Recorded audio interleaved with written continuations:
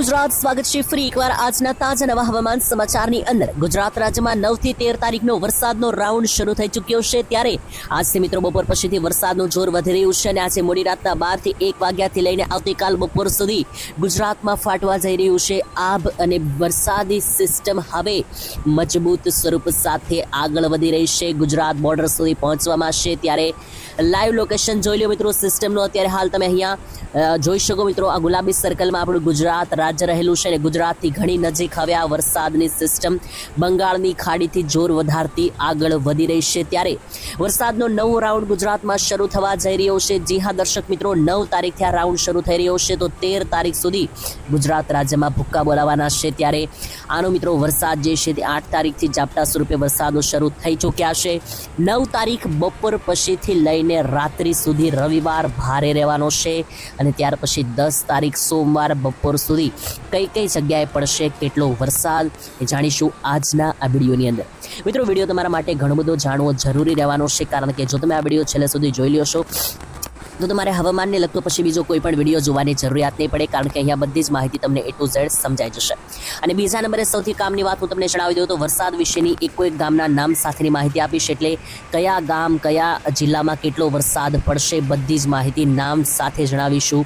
તેની સાથે અમલાલ પટેલે આપી દીધી છે નવી આગાહી, આવનારા મહિનામાં છે ભરપૂર વરસાદ, એવી પણ આગાહી અમલાલ પટેલે આપી દીધી છે, તો એના વિશે પણ વાત કરીશું। વાવાઝોડાને લઈને પણ અંબાલાલે જે કહ્યું છે એ પણ હું તમને જણાવીશ। અને સૌથી મોટી વાત, હવામાન વિભાગે નકશો જાહેર કરી દીધો છે, નકશા આધારે સમજીશું કે સિસ્ટમ શું જણાવી રહી છે આગામી સમય માટે।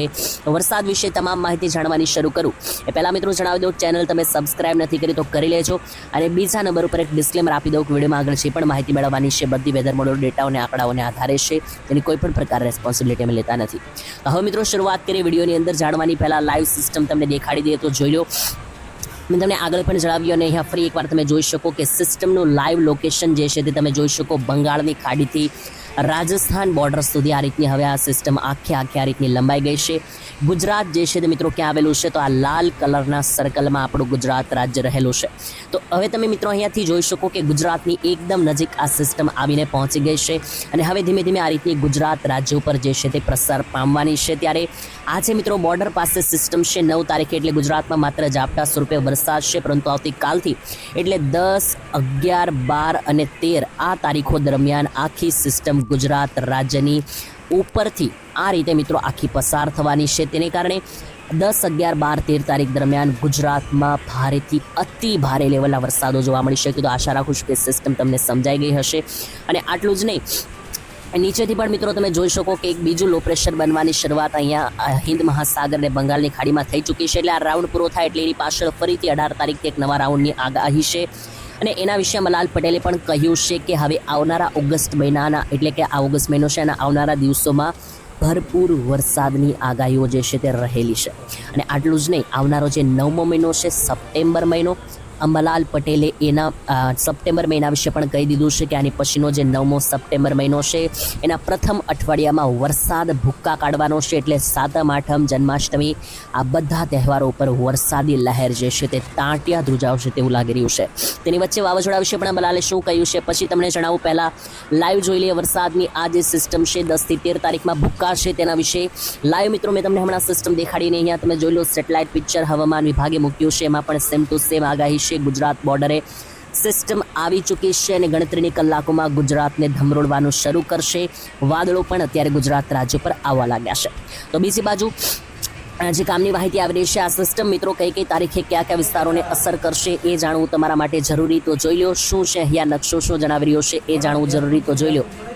10 થી લઈને 13 તારીખ દરમિયાન લોટરી રાઉન્ડની શરૂઆત થશે, એટલે આ જે મહિનાની અંદર પહેલાં 10 દિવસ એકદમ સૂકા ગયા, પરંતુ હવે 10, 11, 12 અને 13 આ તારીખો દરમિયાન ગુજરાતમાં મેઘ ભંડાણ નખાઈ જવાના છે। તો બીજી બાજુ આ રાઉન્ડ વિશે વધુમાં જે માહિતી છે તો જોઈ લો, પાછળનો જે આ રાઉન્ડ છે તેની જેમ આ રાઉન્ડમાં પણ વધુ અસર મધ્ય ગુજરાત ઉપર જ રહેશે, દક્ષિણ ગુજરાત અને ઉત્તર ગુજરાત ઉપર જ રહેશે।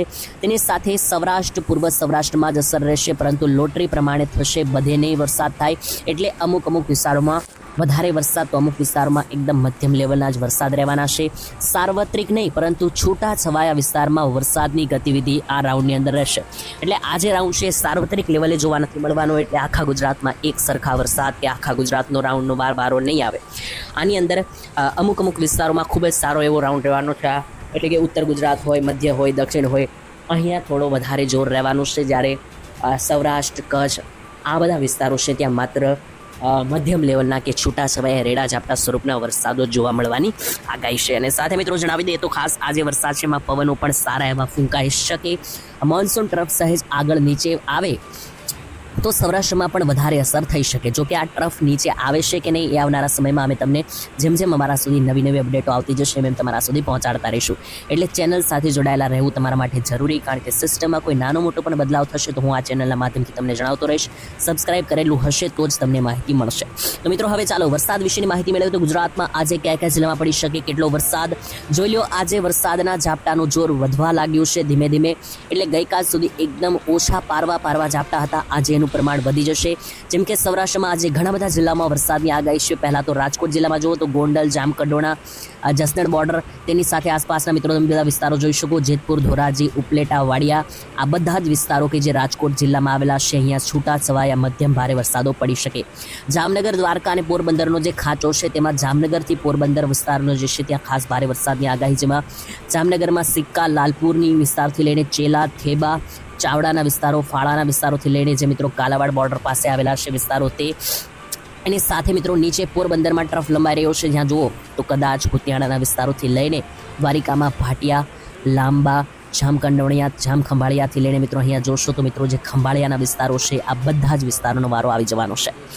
નીચે આવીએ મિત્રો જૂનાગઢ જિલ્લામાં અને ગીર સોમનાથમાં તો ગઈકાલનું જોર વધેલું છે અને આજે ફરી એકવાર વરસાદી જોર રહેવાનું છે વધારે. જેમાં જૂનાગઢની અંદર માણાવદરના વિસ્તારોથી લઈને કેશોદ, મેંદરડાના વિસ્તારો, વિસાવદર હોય કે પછી માધવપુર હોય, નીચે આવી જાઓ તો માંગરોળ હોય કે પછી તાલાળા, જામવાળા, વેરાવળ, ઉના અને સાથે ગીર સોમનાથ, તુલસીશ્યામ, સાસણગીર સહિતના વિસ્તારોમાં પણ આવનારી 12 કલાક મધ્યમથી ભારે વરસાદો જોવા મળી શકે.